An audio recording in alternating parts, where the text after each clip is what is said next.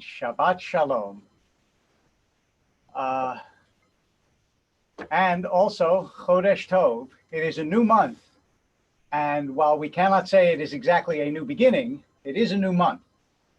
And as you may know, if you've been watching the service and participating, this month begins this morning with the reading of Tazria Mitzorah, which is paradoxically, of course, about contagious disease, reminding us of the eternal relevance of the Torah and the human condition.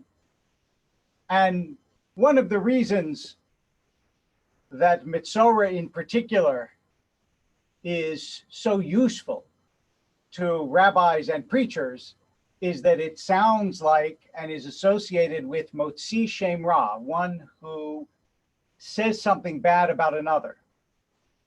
And this is supposed to be, according to the Torah, one of the punishments for that in ancient times. I'm not so much going to speak about that. Instead, I would like to talk about two kinds of bad speech, of Lashon Hara.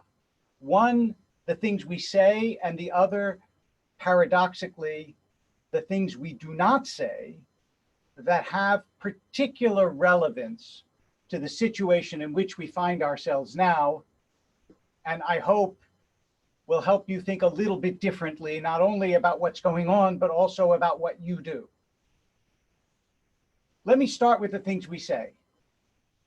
Normally, when we talk about Lashon Hara, when we speak about evil speech, we mean things like, that dress looks terrible on her, or he thinks he knows everything. In other words, the kinds of daily drive-by insults that we shoot at one another almost without thinking. So much so that Lashon Hara, if you really monitor yourself, is an almost constant accompaniment of the way most of us talk. Sometimes, as is pointed out by the great anatomist of Lashon Hara, the person who did the most careful intellectual and legal work in the Jewish tradition, the Chafetz Chaim, sometimes even saying something good about someone can be Lashon Hara, because we all know that at times when you say, oh, he's such a nice guy, it is an invitation to other people to go, he's not so nice. It's not as nice as you think he is. And so you have to be extremely careful if you don't want to cast shade on others. And of course, in our world, that is an entire industry. The gossip industry is ubiquitous, and social media has just exaggerated. But I want to speak about a particular kind of Lashon Hara that we don't usually think of as falling into that category, which is that in the time of a pandemic, the things you say to others about our condition can be Lashon Hara. First of all, if you are fear-mongering, if you're getting people terrified in ways that is not necessary or protective of their health, but just because it is fun to share fear, it's a kind of Lashon Hara. If you spread information without checking it, thereby spreading misinformation, which could do damage to people, it's a kind of Lashon Hara.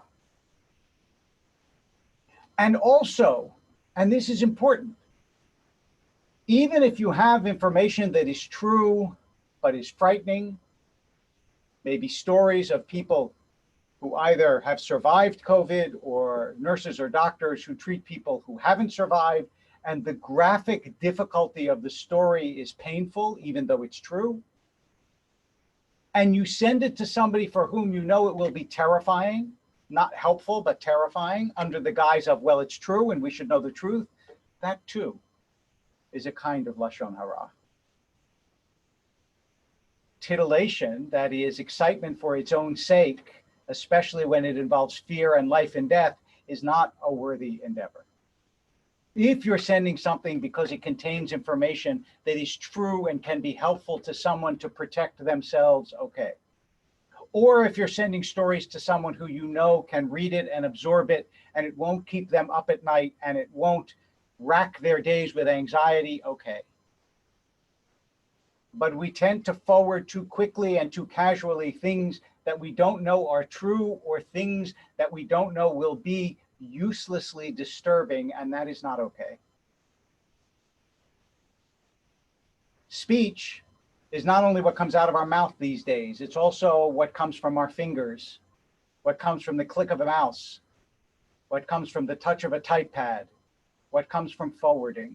And that's one new kind of Lashon Hara that I want us to be very careful of in a delicate time. But here is another. And although this is difficult to say, I hope that you will spread it. Some of the most painful, anguished, and tortured moments that I have gone through in my life as a rabbi have been with families at the time of death when the person who died did not make clear, unambiguous, careful, and loving arrangements for what should happen after he or she died. Inheritances, homes, businesses, money, even expressions of what it is you wish for those who will come after you, expressions of love, all those sorts of things, when absent, can cause untold damage to the lives of the people we love. Our silence about what we want after we're gone is a kind of Lashon Hara, even though it involves no speech. And in a time, let us be candid with one another. In a time when there is a pandemic, but even if there were not, it is the responsibility of everyone, especially if you are a parent or a grandparent, but of everyone, to let those who are around you, who love you, know both what you want in terms of treatment, what you desire for yourself in terms of the care that might be needed, and also what you want after you're gone, both a will and a living will. Because after all, it's not just the disposition of your property. It is also medical decisions that have to be made if, God forbid, you or someone you love gets sick. And it is not fair to leave that burden entirely on those who love you. It's too hard. And it leads to so much self-questioning and so much guilt. And that is so unfair. It's not an easy conversation to have. This is not an easy sermon to give. But it is essential. Have those conversations. Draw up those documents for the benefit of those whom you love, who you want to take care of, not only while you're here, but when you're gone. Who you want to take care of, not only when you're well, but when you're sick. So that you make decisions that they can then honor, rather than putting the burden of the decision on them, trying to figure out how to honor you.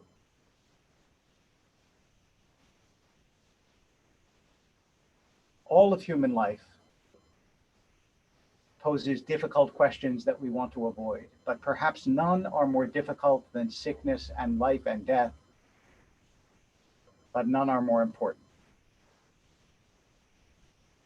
Let's understand on this Shabbat, when we learn how to speak, that the words we speak do not only affect us, they touch others. They can help soothe and comfort or disturb those whom we love when we are here and when we are gone. Tell those you love exactly what you want. Spare them the anguish of trying to figure it out or trying to decide. Show them how much you love them all the way into eternity. Shabbat Shalom.